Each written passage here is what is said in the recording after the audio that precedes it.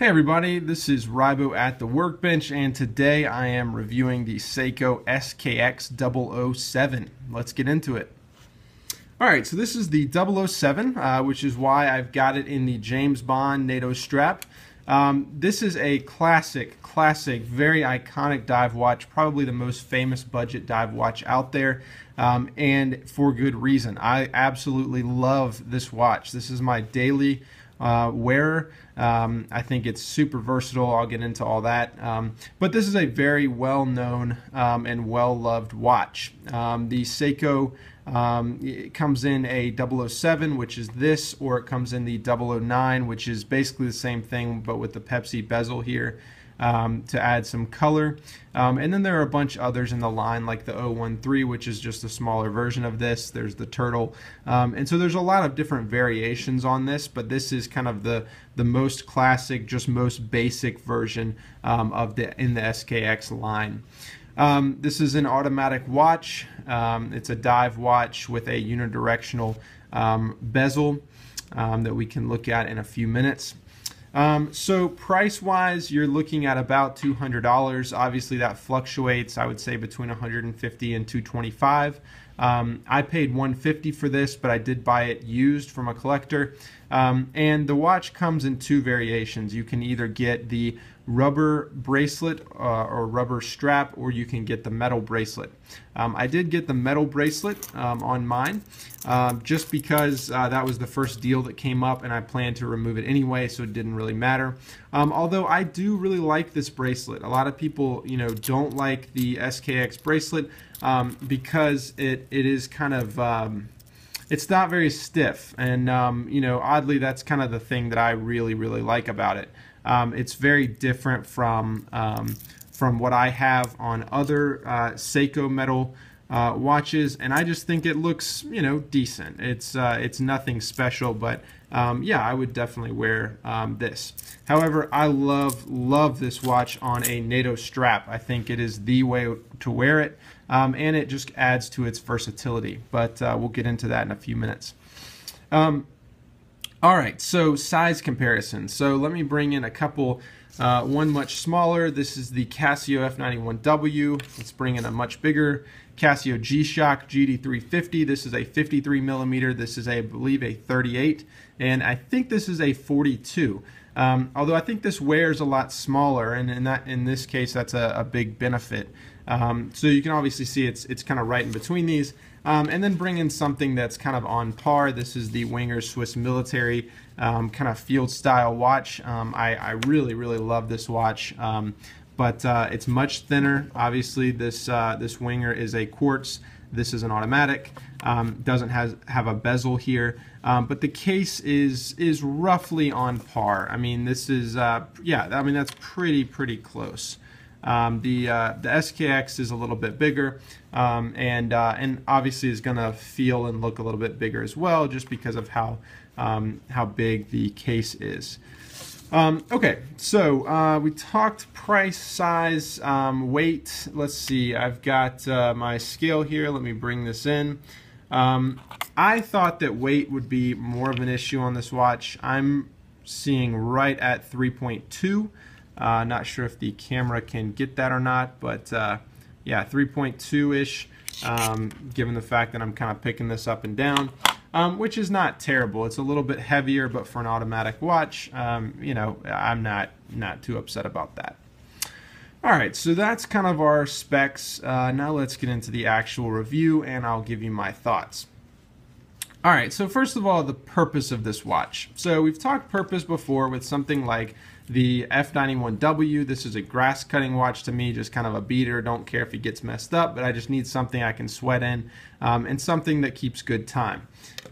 With something like the Wenger Swiss Military, this is a watch that I can put on my wrist, not even feel it, and has massive loomed hands that I can see kind of in the middle of the night. With the SKX, and this is where it really shines, the biggest benefit to me of this watch is the versatility. This is, I can't really define the purpose, because while this is a diver's watch, and yes, this is an ISO certified diver's watch, so this is the real deal. I would care to guess that 80 to 90% of the time people are wearing this as a fashion watch and not really for its dive quality. I fall into that first category. I'm not a diver. I hate the ocean, terrified of it, hope to never dive in my life. That said, this is my favorite watch. So this watch, just given the fact that it's got a very minimal, I guess, kind of basic face that's kind of a almost two-color, kind of got the black, the white, I guess you could count the loomed hands as a little bit of a different color, and then just this one very kind of classic diver's text right there in orange, just to give it a little bit of pop. What that really means is that you can switch the bands of this watch up to be kind of whatever your event is or whatever your needs are, and it's going to work really, really well. So for example, I wear this watch to work almost every day. I kind of flip between this and another Seiko Perpetual that I have. But you could also, I also wear this on the weekends. I wear it at night. It's a great all-around watch. So for one, you could wear it on a metal bracelet, kind of dress it up a little bit, and I think it works pretty well on that bracelet. It makes it look less dive watchy, less kind of outdoorsy, and more professional. Or you can wear it on something like this. So this is a NATO Strap, the James Bond style. It's pretty simple, but it adds just a little bit of kind of, it's not just a basic black band, and it's got the kind of polished steel rings right here that kind of just tie in well to the case, and so it works really nicely. Just to highlight the versatility, I do have a couple other NATO straps, so let me throw those on real quick and give you kind of a rundown of what my favorite colors are to wear, and then we'll end on what I think is the absolutely perfect NATO strap for this guy. Alright, so first of all, we start with just your basic black NATO, and this is just kind of your go-to NATO for this watch. I think mine doesn't work quite as well because it's got this kind of darker gray metallic looking rings here, but I think it still works pretty well. And this is just kind of the band that you would go to most often for this watch. Just really basic, calls very little attention, and so if I'm going somewhere where I don't want to call attention to the watch on my hand, this is what I'm going to do. This really, I think, brings out the diver's text right here, and obviously really brings out the dots around here that are loomed that indicate the time.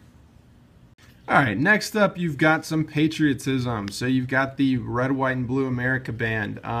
This one doesn't quite work as well because of the clashing orange text there, but this is just a great band. I have it in a couple different sizes for different watches, and it's just a little bit of pop, and I still think it works pretty well for the Seiko.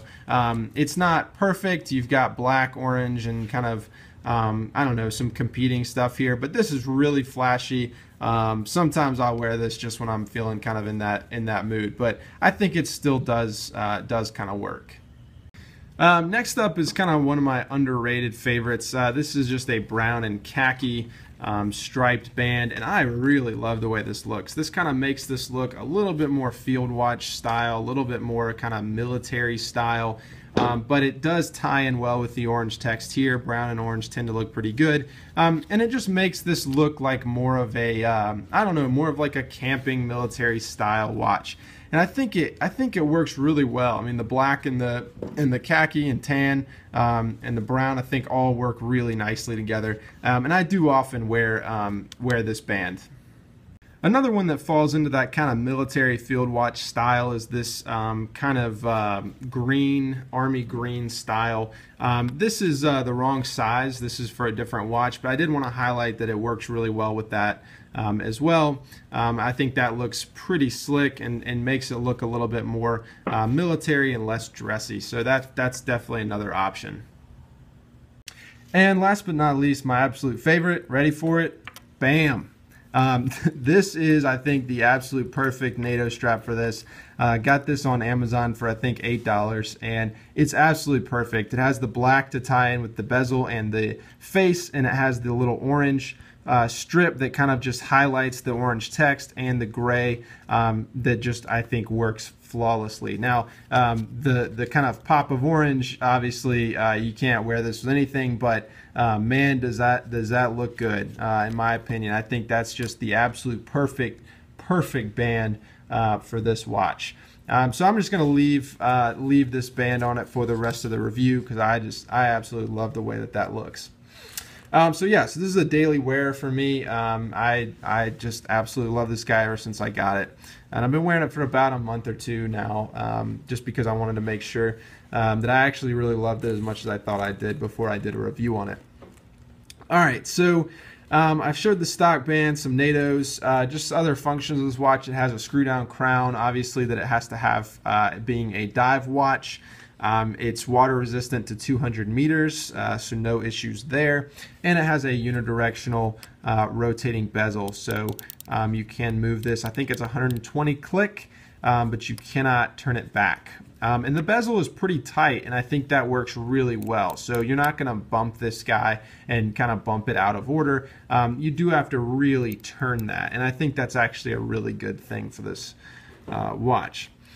Functions, it's a date, so you can see today is a Saturday, so it's got the, well, if I can get it in focus, so it has the Saturday in blue, I think Sunday's in red, and it does have the date there as well. So that's really nice that it also shows the day. Let's see, the bezel has the time, so when you have the bezel set, I guess reset to 12 o'clock position, the bezel is basically a minute. Well, I just went past it, but either way, you can see the bezel is kind of a minute counter: 10, 20, 30, 40, 50, and the home. The bezel also has a little bit of lume right there, which is really nice if you're using the kind of timer function in the dark. All right, so one thing that this watch does not have is no kind of hacking. So when you go to set the time on this, the second hand will continue to sweep, which some people are upset about. I really couldn't care less. And then there's no manual wind, and that's the one that I care a little bit more about. So you do have to wear this watch a little bit more, or have some kind of watch winder, because otherwise, you know, given maybe 2 days, 48 hours, something like that, it's going to start to lose time, and then it's going to stop. So I do wish that, you know, kind of on weekends or days that I wear another watch, that I could wind this guy up. But, you know, it's 150, 200 bucks. I'm not complaining too much. Readability is great. So angles of this tends to work really well. The bezel doesn't really interfere with that at all, and I haven't noticed, although I say that, and of course you see a glare, but I haven't really noticed a glare issue with this. At least, you know, I haven't noticed kind of a readability issue with the glare. I can usually still read the face just fine. The face is a Hardlex crystal. I think that's the Seiko kind of proprietary face. I haven't noticed any issues with that. I've heard it can be pretty durable. It does tend to pick up a little bit of, not quite fingerprints, but a little bit of smudging, but you know, nothing that's too bad. And then the best feature of this watch is the lume. I mean, the lume is just fantastic. You can probably see I'm in the daylight. Let me flip these. Actually, let me go flip these lights off real quick. And you can see I'm still in the day here. I have, let's see, two fairly large windows open in the workshop, and you're still seeing this just fantastic lume. The second hand lume is on the back of the hand, which I think is actually kind of cool, and you can see that moving. But for this to be not in a pitch dark room and to have a lume that's that good is just really, really fantastic. And I'm a huge fan of that. Alright, got everything open and on again.